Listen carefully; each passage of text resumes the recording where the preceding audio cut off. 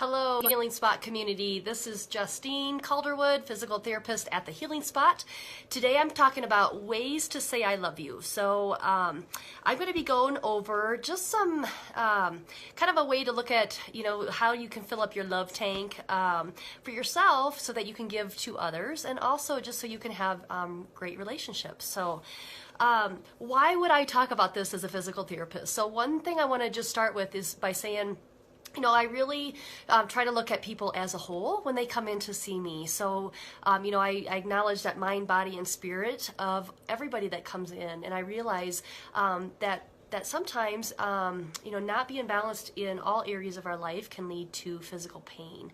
So I acknowledge that with my patients. We might talk about that a little bit. Hi, Beth. Thank you for joining. So today, since we have Valentine's Day coming up next week, I wanted to just talk a little bit about ways to say I love you. And one of the big resources that I have is this book, The 5 Love Languages. So I don't know if you've heard of this, but Dr. Gary Chapman, he wrote this book, and he has actually several books. But how we feel loved, but also how we can communicate love to the ones around us, the ones closest to us. Because your love language might not be the same as your spouse or your partner's or even your children's. So learning about yourself helps, and then also learning the love language of your children. And I actually have a book here, the 5 Love Languages of Children. And so, like I said, he's written quite a few different books. Hi, Heidi. Thank you for joining me. So what Dr. Chapman talks about are these 5 different love languages, okay? So one is words of affirmation. So let me actually just go over the 5 love languages, and I'm going to give you some examples of each one, so you can kind of start to think about, how do you receive love, like so that people, so you can kind of communicate this to the people in your lives, but also so you can be on the lookout for who's the closest to you. So words of affirmation is one. Quality time, receiving gifts, acts of service, and physical touch, okay? So if your love language is words of affirmation, you're going to really fill up when people say positive things, like when they give you compliments, like, this is a great way to also show people that you love them, by saying, hey, you look really nice. I really like your hair. I like how you support our family. I'm very appreciative of you, and being real specific, for your people, saying I love you, maybe writing notes. And I wanted to show you this because my daughter, I have 2 daughters, and my 10-year-old, when she takes her lunch, I don't do this all the time, but I write her like little notes. I actually do it for both of them, but my youngest one is the one that still takes her lunch occasionally.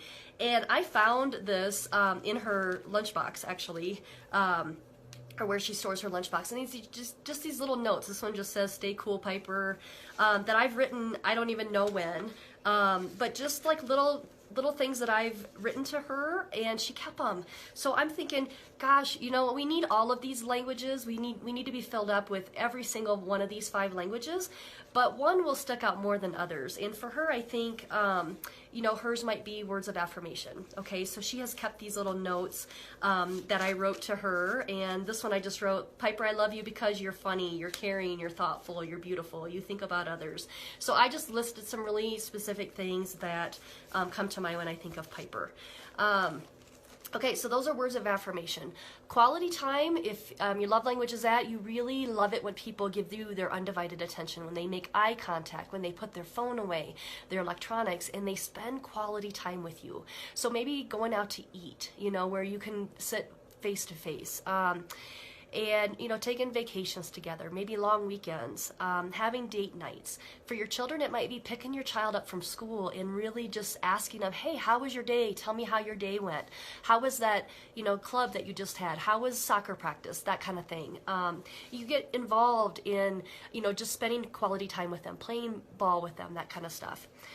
Receiving gifts, that one, I think obviously that's kind of obvious, if you give gifts. So, making them thoughtful gifts as well, so that you're really communicating that, hey, I'm paying attention. So with Valentine's Day, I was just talking to my friend Heidi about this. A lot of guys will get their women flowers, but that might not be your spouse or your partner's love language.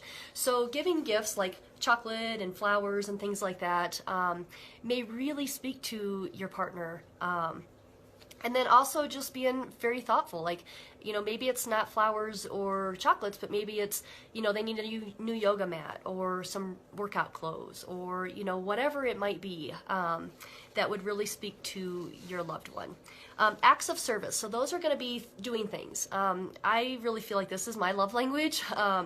If people do things for me, really speaks to my heart. So changing the oil, you know, taking the car in for service, cleaning the house, you know, doing the things that I've asked them to do, that kind of stuff. Cooking a meal, doing those little honey to do things around the house, cleaning out a closet, that kind of thing. So those are some ideas.